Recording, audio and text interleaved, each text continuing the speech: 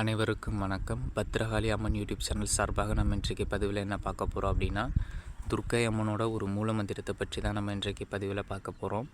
துர்க்கை அம்மன்ன்றவங்க ஒரு பார்வதியோட ஒரு அம்சமாகவும் உக்கிர தெய்வமாகவும் அரக்கர்களை அழித்து பக்தர்களுக்கு அருள்பாலிக்கக்கூடிய ஒரு தெய்வமாகவும் இருக்கிறாங்க.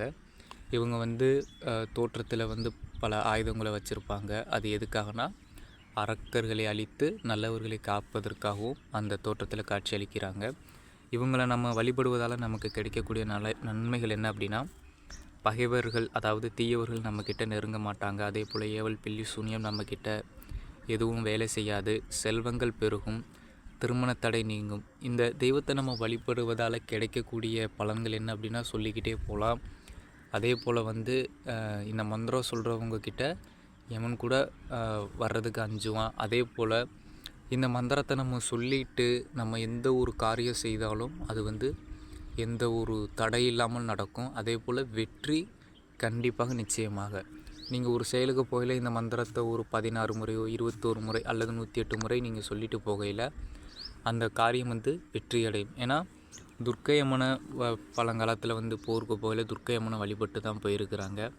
நம்ம இந்த முறையை எப்படி பண்ணணும் அப்படின்னா, முதல் முறையாக ஒரு செவ்வாய்க்கிழமை அல்லது அமாவாசை பௌர்ணமி நாட்களில் வீட்டில் பூஜை அறையில் ஏதேனும் ஒரு அம்மன் படத்துக்கு ஃபோட்டோவுக்கு முன்னாடி ஒரு நெய் தீபம் ஒன்று ஏற்றி வச்சுட்டு முதன் முறையாக பொங்கல், சுண்டல் ஏதேனும் உங்களால் முடிந்த படையல்களை வைத்துட்டு இந்த மந்திரத்தை சொல்ல ஆரம்பிங்க.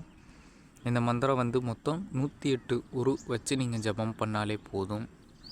நீங்கள் 48 நாள் 21 நாள்னு கணக்கு வைக்காமல் உங்களால் எவ்வளோ முடியுதோ 21 முறை, 108 முறை, 1008 முறை, காலை மாலைன்னு நீங்கள் சொல்லுங்கள்.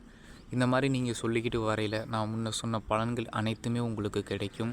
அதே போல் எப்பொழுதும் இந்த தேவியானவள் உங்களை காத்து ரட்சிப்பால், அதில் எந்த ஒரு சந்தேகமுமே கிடையாது. சரிங்களா? இப்போது இந்த மந்திரம் ஓம் க்ரீம் தும் துர்காயை நம.